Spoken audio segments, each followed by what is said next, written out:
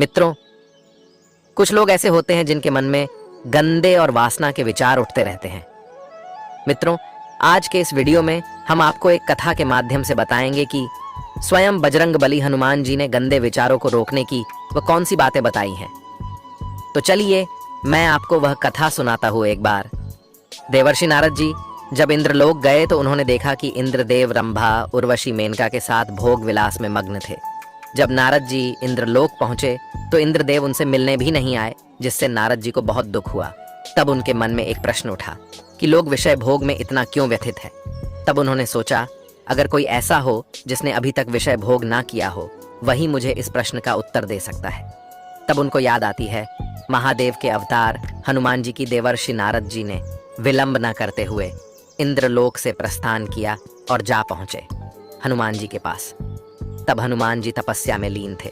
जैसे ही नारद मुनि वहां पहुंचे तब हनुमान जी ने आंखें खोली और देवर्षि नारद जी से बोले, हे नारायण भक्त देवर्षि नारद जी, आप आज हमारे पास आए हैं। कोई अनहोनी हुई क्या मुझसे, या फिर किसी पर कोई संकट आया है क्या? तब देवर्षि नारद जी बोले, हे संकट मोचन हनुमान, ऐसी कोई बात नहीं है। मुझे बस आपसे एक प्रश्न का उत्तर जानना था। तब हनुमान जी ने कहा कि कहिए देवर्षि नारद जी, आपका वह प्रश्न कौन सा है? तब देवर्षि नारद जी बोले कि हे संकट मोचन हनुमान, आपने आज तक किसी भी स्त्री को स्पर्श तक नहीं किया है, ना तो आज तक आपने किसी के साथ विषय भोग किया है। लेकिन मैं जब इंद्रलोक पहुंचा तो इंद्र जी मुझे मिले तक नहीं, क्योंकि वह रंभा, मेनका, उर्वशी के साथ वासना में व्याप्त थे। तब मेरे मन में यह प्रश्न उठा कि मनुष्य के मन में यह वासना का विचार क्यों उठता है और इसे कैसे रोक सकते हैं। तब महाबली हनुमान जी बोले, हे देवर्षि नारद जी, अगर आपका प्रश्न यही है तो मैं आपको इस प्रश्न का उत्तर बताता हूँ, लेकिन इसके लिए आपको एक कथा सुननी होगी। तब देवर्षि नारद जी बोले, ठीक है संकट मोचन हनुमान, मैं उस कथा को पूरे मन और लगन के साथ पूरा अंत तक सुनूंगा और संपूर्ण वैकुंठ लोक में इसका विश्लेषण भी करूंगा। तब हनुमान जी कथा को सुनाना प्रारंभ कहते हैं और कहते हैं कि एक बार एक युवक एक महर्षि के पास आया और महर्षि से बोला कि हे गुरुजी, मेरे मन में इतने गंदे विचार क्यों आते हैं? मैं नहीं चाहता कि मेरे मन में गंदे विचार आए, लेकिन फिर भी मेरे मन में हमेशा काम वासना के विचार उठते रहते हैं और मैं इनके बारे में सोच सोच कर बहुत परेशान हो जाता हूँ। मेरी ऊर्जा और समय यह सब सोचने में ही नष्ट हो जाती है और इन सब के विचारों की वजह से मैं कभी भी शांत नहीं रह पाता और मैं हमेशा ही स्त्रियों को देखकर मोहित हो जाता हूँ। गुरुजी, मैं अपने आप को रोक ही नहीं पाता। महाबली हनुमान जी ने आगे कहा कि हे देवर्षि नारद जी। वह महर्षि मुस्कुराए और उन्होंने उस युवक से पूछा, क्या तुम्हें पता है ये काम वासना होती क्या है? उस युवक ने उत्तर दिया कि मैं यह तो नहीं जानता कि काम वासना होती क्या है, पर हाँ गुरुजी, यह जो भी चीज है बहुत बुरी चीज है। फिर उस महर्षि ने उस युवक से कहा कि सबसे पहले तो तुम्हें यह समझना है कि प्राकृतिक रूप से जो भी चीज हमारे अंदर है वह बुरी नहीं है। हमारे जीवन में उसका कुछ न कुछ महत्व है। वासना कोई बुरी बात नहीं है। यह तो हमारे मन की एक भावना है जो हमें किसी न किसी चीज की कमी का एहसास करवाती है और फिर हम उस चीज को पाने के लिए उस चीज की तरफ आकर्षित हो जाते हैं। वह महर्षि आगे उस युवक को कहते हैं कि हे युवक, जैसे अगर तुम्हारे पास धन की कमी है तो तुम में धन पाने की वासना उत्पन्न हो जाएगी। तो वासना कुछ और नहीं, बस एक प्रकार की कमी है जो एक प्रकार की जरूरत का एहसास दिलाती है, और जब यह जरूरत शारीरिक हो तो हम इसे काम वासना का नाम देते हैं। युवक ने महर्षि को कहा कि गुरुजी, मुझे काम वासना का मतलब तो समझ में आ गया, पर आप मुझे ये बताइए कि यह आती कहाँ से है और कैसे आती है? हनुमान जी ने आगे कहा कि हे देवर्षि नारद जी। तब उस महर्षि ने कहा कि काम वासना कहीं से आती नहीं है, ये तो हमारे अंदर ही होती है और इसका होना तो जरूरी भी है, तभी तो मानव जाति का विस्तार होगा। अब उस युवक ने कहा, जब यह हमारे अंदर ही है और जरूरी भी है तो फिर लोग इसे गलत क्यों बोलते हैं? तब उस महर्षि ने कहा कि यही तो समस्या है। लोगों ने काम वासना को गलत तरीके से सोच लिया है, इसे छुपाने की, दबाने की कोशिश करते हैं। काम वासना गलत नहीं है, बल्कि काम वासना का गलत तरीके से प्रयोग करना गलत बात है। लोग जिससे प्रेम करते हैं बस उसी के लिए जीने लग जाते हैं। उसे पाना ही उनका अपना मार्ग बन जाता है और उसी के बारे में हमेशा सोचते रहते हैं, पर यह सब गलत है। हनुमान जी ने आगे कहा कि हे देवर्षि नारद जी। महर्षि ने युवक से कहा, क्या तुम्हें पता है जानवरों में भी काम वासना होती है? उस युवक ने उत्तर दिया, हाँ गुरुजी, जानवरों में भी काम वासना होती है, क्योंकि जानवर भी तो आखिर अपने वंश को आगे बढ़ाने के लिए मादा के साथ व्यभिचार करते हैं। उस महर्षि ने आगे कहा कि हम जानवरों की काम वासना को गलत क्यों नहीं कहते? युवक ने कहा, गुरुजी, मुझे इस प्रश्न का उत्तर नहीं पता। युवक आगे कहता है कि हे महात्मा, आप ही मुझे बताइए। तब महर्षि ने कहा कि जानवर अपनी काम वासना का प्रयोग आनंद प्राप्ति के लिए नहीं करते, वह तो सिर्फ संतान उत्पत्ति करने के लिए काम वासना का उपयोग करते हैं। जानवरों को प्रकृति ने इतनी समझ नहीं दी है कि वह काम वासना को अपने सुख का आधार बना सके। हनुमान जी ने आगे कहा कि हे देवर्षि नारद जी। वह महर्षि आगे बोला कि मनुष्य अपनी समझ के बलबूते पर प्रकृति में पाई जाने वाली प्रत्येक वस्तु को अपने सुख के लिए प्रयोग करता है। हम इंसानों ने ही काम वासना को अपने सुख का साधन बना लिया है, परंतु प्रकृति ने तो इसे हमें अपने वंश को आगे बढ़ाने के लिए दिया था। लेकिन प्रत्येक इंसानों ने इसे अपने जीवन का परम लक्ष्य बना रखा है, और इस तरह से काम वासना का आ जाना गलत है। हनुमान जी ने आगे कहा कि हे देवर्षि नारद जी। युवक ने पूछा, महात्मा जी, यह काम वासना हम पर हावी क्यों होती है? यह हमेशा ही क्यों आ जाती है? तब उस महात्मा ने कहा कि सुनो, अब मैं तुम्हें एक कहानी सुनाता हूँ, उसे तुम ध्यान पूर्वक सुनना। तुम्हें तुम्हारे सारे सवालों का जवाब तुमको मिल जाएगा, बस तुम्हें ध्यान से सुनकर समझना है। युवक ने कहा, ठीक है गुरुजी। वह महर्षि आगे कहता है, एक बार की बात है, एक आश्रम में एक गुरु और उनके शिष्य रहा करते थे। सभी बच्चे रोजाना आश्रम के बाहर स्थित देवरिया नामक एक गांव में भिक्षा मांगने के लिए जाते थे। महाबली हनुमान आगे कहते हैं कि वह महर्षि उस युवक से आगे कहता है कि उसी आश्रम का एक शिष्य जिस गांव में भिक्षा लेने जाता था, उसी रास्ते में एक नदी मिलती थी। एक दिन उसने देखा कि एक युवक वृक्ष के पीछे छिपा है। वह उस युवक के पास गया और उससे जाकर बोला, भाई, तुम इस वृक्ष के पीछे छिपकर क्या देख रहे हो? तब उस पेड़ के पास छुपे हुए युवक ने कहा, अरे तुझे नहीं दिख रहा क्या कि मैं क्या देख रहा हूँ? तब शिष्य नदी की ओर देखा तो वहां पर कुछ युवतियां पानी भर रही थीं। तब उस शिष्य ने उस युवक से कहा, अरे भाई, वहां पर तो युवतियां पानी भर रही हैं, इसमें छिपकर देखने वाली क्या बात है? तब वह युवक शिष्य की तरफ देखकर कहने लगता है, अरे पागल, तुम्हें दिखाई नहीं दे रहा क्या कि कैसे यह औरतें नदी से पानी निकाल रही हैं? जरा उनकी अदाओं को तो देखो, उनके कोमल शरीर को देखो, उनकी पतली कमर मटके को उठाते समय बल खाती चाल को तो देखो, और उनके बाल उनकी कमर पर कैसे लहरा रहे हैं, मानो सुंदरता बिखरी हो। शिष्य ने फिर नदी की तरफ देखा और इस बार वह इसे देखता ही रहा, परंतु अभी तक उसे तो कुछ भी नजर नहीं आ रहा था और वह बिल्कुल निर्भय था। उसे किसी भी बात का कोई डर नहीं था। लेकिन अब वह छिप के उन युवतियों को देखने लगा, और जब वह छिपकर उन युवतियों को देख रहा था, तभी वह अचानक अंदर से अपने ही अंतर्मन से कांप गया और उसने कहा कि यह मैं क्या कर रहा हूँ? मैं जो कर रहा हूँ वह सही नहीं है, मुझे यहाँ से चले जाना चाहिए। और फिर वह जल्दी से वहां से चला गया। वह आश्रम पहुंच जाता है। महाबली बजरंगबली आगे कहते हैं, हे देवर्षि नारद जी। वह जाकर अपने कार्यों में लग गया, लेकिन जो वह आज देखकर आया था, अभी वही उसकी आंखों के सामने बार बार आ रहा था। उसके मन में वही दृश्य चल रहा था। उसका मन वही सब कुछ देखने के लिए उतावला हो रहा था। उसका किसी भी काम में मन नहीं लग रहा था। सुबह होते ही वह जल्दी ही भिक्षा के लिए निकलता है और उस नदी के पास वाले वृक्ष के पास जाता जहां पर वह युवक पहले से मौजूद रहता था। वह शिष्य भी उसके साथ मिलकर युवतियों को छुप छुप कर देखने लगता है। महर्षि आगे कहते हैं कि अब वह रोज ऐसा करने लगा, लेकिन अब उस शिष्य का मन किसी भी काम में नहीं लगता था। वह हमेशा ही किसी न किसी प्रकार के विचारों में उलझा रहता था। वह आश्रम के कार्यों को भी ठीक तरीके से नहीं कर पा रहा था। न वह ठीक से सो पा रहा था, न वह ठीक से खाना खा पा रहा था। उसका मन बेचैन रहने लगा था। उसका मन बार बार उन युवतियों के सौंदर्य को देखने के लिए उतावला होता रहता था। जब गुरु उसके गुरु शिक्षा देते थे, तब भी उसका मन कहीं और विचारों में खोया रहता था।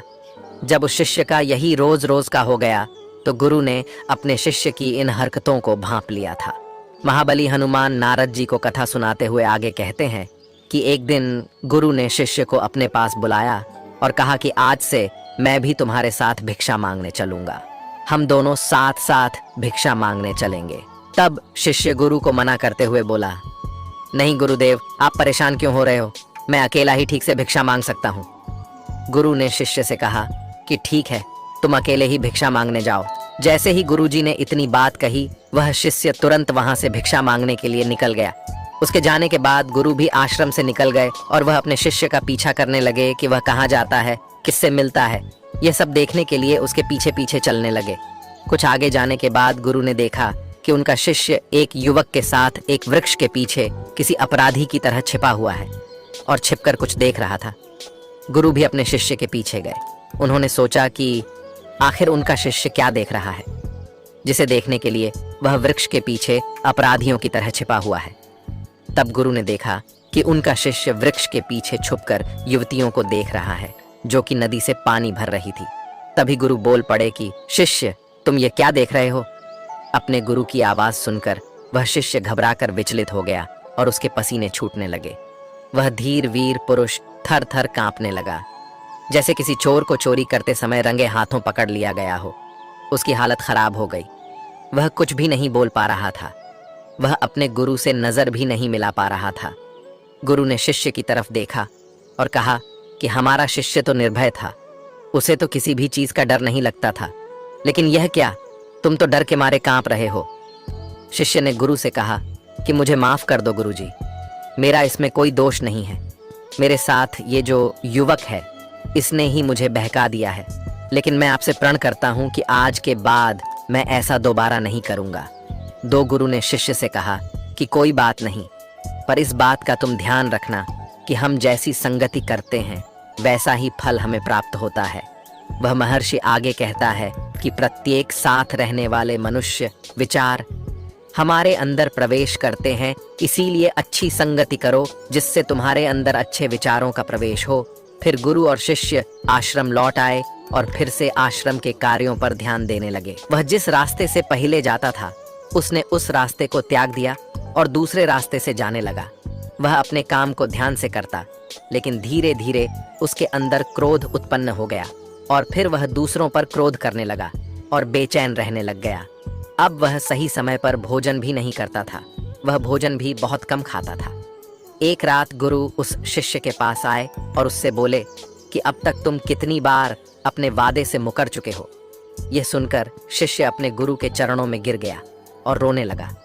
रोते रोते ही उसने गुरु से कहा कि गुरुदेव, मैं कई बार अपना वादा भूला हूँ, फिर वादा कर लेता हूँ, लेकिन हर बार मैं वादा भुला देता हूँ। मेरा मन मेरे नियंत्रण में है ही नहीं। मैं बहुत कोशिश करता हूँ कि मैं अपने मन से सारे बुरे विचारों को निकाल दूँ, लेकिन मैं चाहकर भी ऐसा नहीं कर पा रहा हूँ। फिर गुरु ने शिष्य को कहा कि ठीक है, चलो मेरे साथ। गुरु शिष्य को आश्रम के बगीचे में लेकर गए और शिष्य से कहा कि देखो, यहाँ पर कुछ नाली बनी हुई है जिससे नदी का पानी इन पौधों तक आ रहा है और यह पानी एक निरंतर बहाव से बह रहा है। क्या तुम इस पानी के बहाव को रोक सकते हो? अब शिष्य ने उत्तर दिया कि हाँ गुरुजी, मैं इस बहाव को रोक सकता हूँ। फिर शिष्य ने मिट्टी उठाकर उस नाली में डाल दी। वह पानी कुछ देर के लिए रुक गया और फिर कुछ समय बाद मिट्टी के ऊपर से पानी बहने लगा। गुरु ने शिष्य से कहा, अरे ये क्या, ये तो पानी रुका ही नहीं। फिर शिष्य ने कुछ मिट्टी और पत्थर उठाकर उस नाली में डाल दिए, जिससे कुछ समय के लिए पानी रुक गया, लेकिन फिर उस पत्थर के ऊपर से फिर पानी बहने लगा। उसके बाद गुरुजी ने कहा कि अरे ये क्या हुआ, पानी तो फिर से बह गया। तुम तो बोल रहे थे कि तुम इसे रोक दोगे, क्या तुम इसे रोक नहीं सकते? तब शिष्य ने कहा, कोई बात नहीं गुरुदेव, मैं अभी इस पानी को आपको रोक के दिखाता हूँ। वह फिर से एक भारी सा पत्थर लेकर आया और उसे नाली पर डाल दिया और पानी का बहाव रुक गया। वह शिष्य ने गुरुजी से कहा कि देखा गुरुदेव, मैंने कहा था ना कि मैं पानी को रोक दूंगा। मैंने पानी को रोक दिखाया, आपकी बात मैंने पूरी कर दी। उसके बाद गुरुजी मुस्कुराए और बोले, अच्छा जरा ध्यान से देखो कि पानी रुका है। वो तो पीछे की नाली से अगल बगल बह रहा है और ध्यान से देखो, इस पत्थर के आगे भी आ गया और यह पानी अपना रास्ता बदलकर फिर से आगे की तरफ बह जाएगा। और फिर कुछ देर बाद ऐसा ही हुआ। तब गुरुजी ने शिष्य को समझाया कि तुम्हारे साथ भी तो ऐसा ही चल रहा है। तुम बार बार प्रयास कर रहे हो, पर हर बार तुम्हारा प्रयास टूट रहा है और यह हमेशा टूटता ही रहेगा। तुम कितना भी मिट्टी पत्थर रख लो, लेकिन पानी तो अपना रास्ता बना ही लेगा। यह सब देखकर शिष्य ने गुरु से कहा कि हे गुरुदेव, क्या आपके पास कोई तरीका नहीं है जिससे मैं गंदे विचारों को रोक सकूं और यह मेरे मन में ना आए। गुरुजी शिष्य को एक नदी के पास ले गए जहां से उस बगीचे में पानी आ रहा था। गुरु ने शिष्य से कहा, वह पानी इसी नदी से जा रहा है। अगर हम यहीं से उस रास्ते को बंद कर दें जहां से पानी बगीचे में जा रहा है। तब शिष्य बोला, मैं इस पानी को यहीं से बंद कर देता हूं, तब आगे की नाली में पानी जाएगा ही नहीं। फिर शिष्य ने नदी से जाने वाले रास्ते में बहुत मेहनत करके पत्थर और मिट्टी डाल डाल के बंद कर दिया और गुरुजी से बोला कि गुरुदेव, मैंने पानी को बंद कर दिया है, अब यह पानी बगीचे में जाएगा ही नहीं। तब गुरु ने कहा कि अगर पानी बगीचे में नहीं जाएगा तो पौधों को पानी कहाँ से मिलेगा?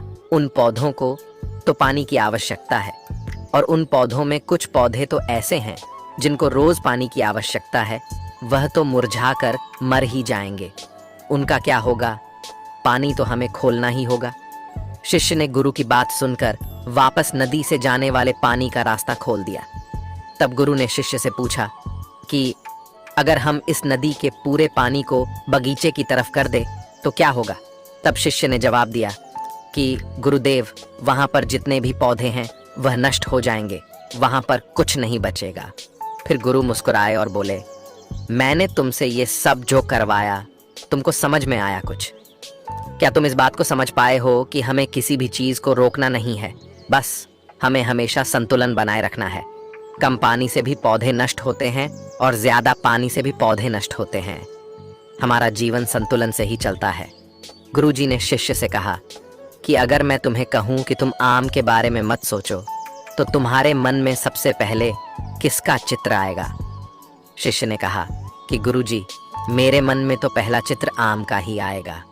गुरु ने कहा कि जब हम गंदे विचारों को जबरदस्ती रोकने का प्रयास करते हैं तो वह और मजबूती के साथ हमारे अंदर प्रवेश करते हैं। इसीलिए हमें उन्हें कभी भी दबाने की कोशिश नहीं करनी चाहिए। फिर गुरु ने शिष्य को समझाते हुए कहा कि हमारे गंदे विचार बुरे लोगों की संगति करने की वजह से भी आते हैं। कई बार ऐसा होता है कि काम भाव हमारे अंदर होता ही नहीं है, लेकिन कुछ अश्लील लोगों के साथ रहने की वजह से यह हमारे अंदर हावी हो जाता है। फिर शिष्य ने कहा कि गुरुदेव, आप सत्य कह रहे हैं, मैं अपने मार्ग से भटक गया था।